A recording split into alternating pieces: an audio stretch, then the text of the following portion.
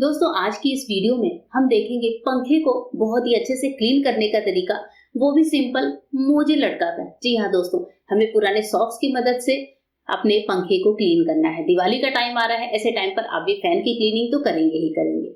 यहाँ पर भी मेरे रूम का जो फैन है वो बहुत ज्यादा गंदा हो चुका है। दोस्तों फैन एक ऐसी चीज है जिसे हम रोज रोज सीलिंग पर चढ़कर साफ नहीं कर पाते, और ऐसे टाइम पर फैन पर जो गंदगी जमी होती है वो देखने में बहुत बुरी लगती है। यहाँ पर भी फैन पर बहुत ज्यादा गंदगी जमी हुई है, कुछ जाले भी हो गए हैं। साथ ही यहाँ जो मिट्टी की लेयर है वो इतनी ज्यादा है कि अगर हम इसको झाड़ कर गिराते हैं तो पूरा रूम गंदा हो जाता है। ऐसे टाइम पर जो फैन साफ करता है या फिर हमारा जो रूम होता है वो सभी कुछ बहुत ज्यादा गंदे होते हैं। तो फैन को एकदम सिंपल सी ट्रिक से साफ करिए, जिससे आपका ना ही रूम गंदा होगा ना ही आपको कोई प्रॉब्लम होगी। इसके लिए हमें पुराने मोजे चाहिए। तो जो मोजे हमारे घर में पुराने निकले हो, इस तरह से जैसे मैं आपको देख रही हूँ कि ये मोजा जो है पूरी तरह से फटा हुआ भी है, फिर भी मैं इसका इस्तेमाल आज करने वाली हूँ। तो इस तरह के फटे पुराने जो भी सॉक्स हैं ढीले ढीले से वो ले लीजिए। अब सॉक्स लेने के बाद करना क्या है, हमें लेनी है कैंची, और कैंची से जो हमारे सॉक्स का आगे वाला पार्ट है यहाँ पर उसको हमें कट करके निकाल देना है।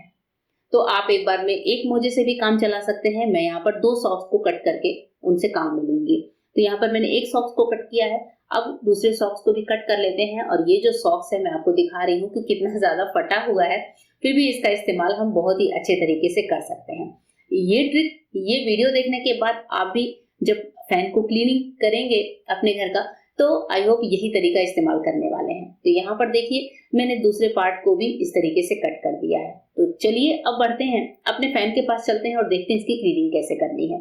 इसके लिए आपको क्या करना होगा, फैन पर जो हमने ये सॉक्स काटा हुआ है इस तरीके से लगा दीजिए। इस तरीके से खींचते ही होगा ये कि फैन की एक पंखी में हमारा ये सॉक्स बहुत अच्छे तरीके से फिट हो जाता है। अब इसके बाद से अपने सॉक्स के आगे वाले पार्ट को खींचकर पीछे वाले पार्ट तक ले जाइए, और इसी तरीके से सॉक्स को हम फैन की पंखी में पीछे तक खिसकाएंगे, जिससे इसमें ऊपर से भी जो धूल गंदगी है वो जब हम सॉक्स को आगे की तरफ वापस खिसकाएंगे तो ये सॉक्स में ही फंस कर बाहर आ जाएगी। तो इसी तरीके से आपको लगाना है, और देखिए जिस तरह से मैं दिखा रही हूँ आपको कैमरे में, बस सॉक्स को लगाकर वापस से आपको खींच लेना है। इससे होगा ये कि जितना भी इसमें ड्राई जाला है, गंदगी है, धूल मिट्टी है, वो सभी कुछ इस सॉक्स में आ जाएगी।